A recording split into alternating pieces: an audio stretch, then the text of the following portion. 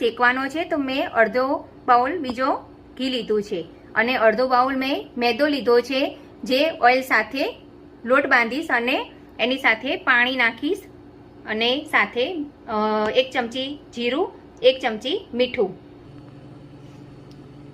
આપણે અડધો કપ મેદો લઈશું, એની અંદર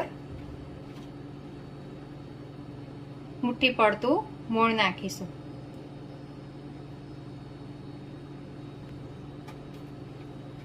અને સાથે થોડું પાણી લઈશું. બસ આવી રીતે મુઠ્ઠી પડે એટલે આપણું મોણ બરાબર છે. આપણો આ લોટ બંધાઈ ગયો છે. હવે એને આપણે ઢાંકીને મૂકી દઈશું. પહેલા આપણે ઘી લઈશું અને અંદર આપણે લોટ નાખી દઈશું.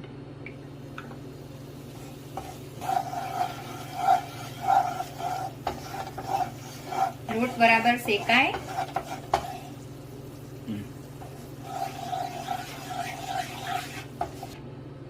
એમાં આપણે મીઠું નાખી દઈશું અને જીરું નાખી દઈશું. હવે અમે થોડું પાણી નાખીશું. હવે શેકાઈ ગયું છે, આપણે ગેસ ઓફ કરી દઈશું.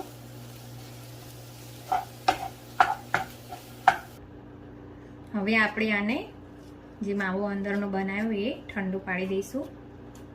ઠંડુ થાય પછી જ લોટમાં નાખવાનો.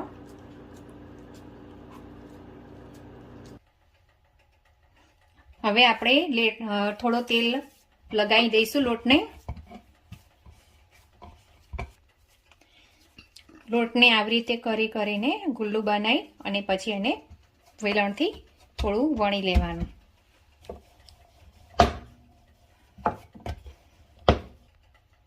આપણો માવો ઠંડો થઈ ગયો છે તો આપણે જે વણી હતી પૂરી, જે આપણે આ વણ્યું છે રોટલો, એના ઉપર લગાવી દઈશું. બસ આવી રીતે પ્રેસ કરીને પછી આમ વાળીને પાછું પ્રેસ કરવાનો, પાછો માવો લગાવવાનો,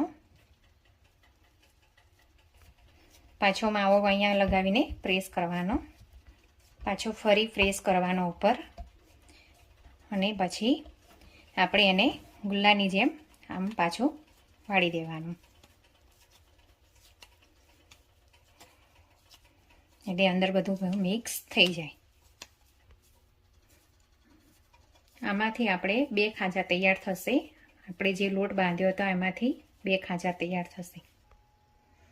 આપણું તેલ આવી ગયું છે તો એમાં આપણે ખાજા તળી દઈશું.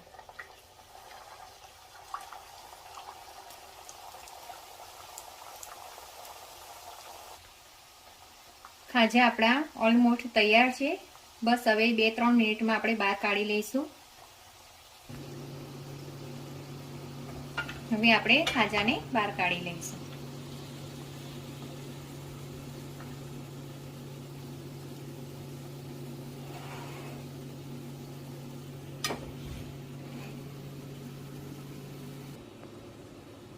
આ આપણા